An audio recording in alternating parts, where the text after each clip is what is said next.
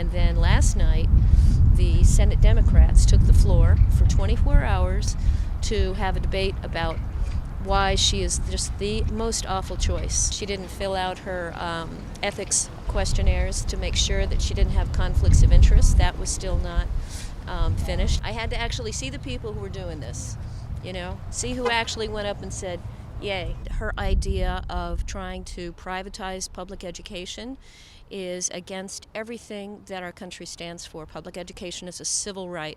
I want to go back to the Individual with Disabilities in Education Act. That's a federal civil rights law. So do you stand by your statement a few minutes ago that it should be up to the states whether to follow it? The law must be followed, federal law must be followed where federal dollars are in play. So were you unaware when I just asked you about the IDEA that it was a federal law? I may have confused it. It guarantees absolutely basic protections to students with disabilities to ensure that they are afforded a high-quality education with their peers. Children with disabilities in at least some of the voucher programs that you have supported have gone with a voucher to a school because of their disability, had to leave the school. The school keeps the money, and they go back to public schools that now have even less resources to deal with them. And it has to be followed. It's a federal law, and if you're a private school, you still have to follow that federal law. But now that she's aware that that law exists, don't you think she will dutifully uphold it? I think that she probably needs to be more informed about what the law actually entails, because private schools right now do not have to educate according to the mandate specified in the law the way public schools have to. I went to school for Fairfax County, in Falls Church. How did you end up here? Are you just happening by, or you knew? Yes, my aunt, I'm showing her around. Oh, okay. And she passed by here. I didn't see the sign. She saw the sign and said, "What does it say?" I'm like, "Oh, I had just passed by without even realizing." We're a country of immigrants, okay? And those people who have come to this country and want an opportunity to be able to succeed, their way to do it is through public education, whether it's K-12, whether it's public universities. So, that is in jeopardy right now. And many of us see this as the potential for turning our public schools into warehouses for the most challenging kids with disabilities or other kinds of particular issues, or the kids whose parents can't afford to make up the difference between the voucher and the cost of private school tuition. The people who already have money can buy privilege, can buy position, just like Mrs. DeVos. That's why she was able to get the Senate confirmation and be our next Secretary of Education, not because of her qualifications, because she's a billionaire.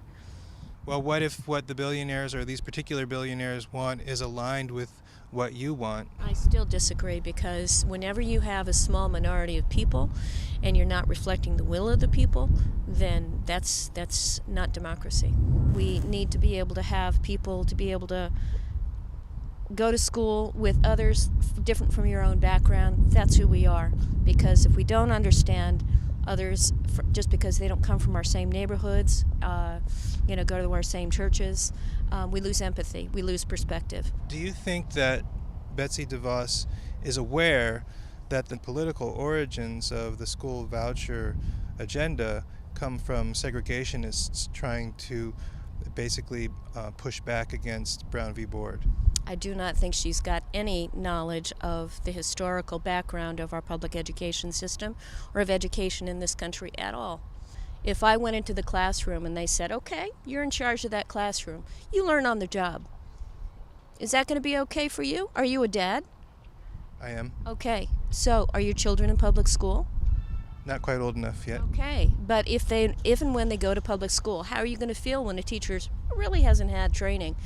Just put them in the classroom and say, you'll learn on the job. Well, as a teacher, you might have witnessed a little bit of this.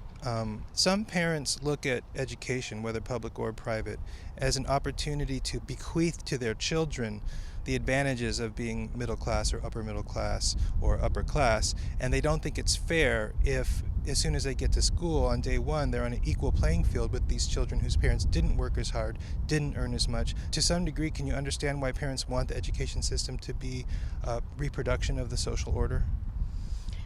No. You know what I'm saying? It's for my kids' benefit against other kids with whom they have to compete for jobs to get into college. We live in a diverse society today. We have to understand one another.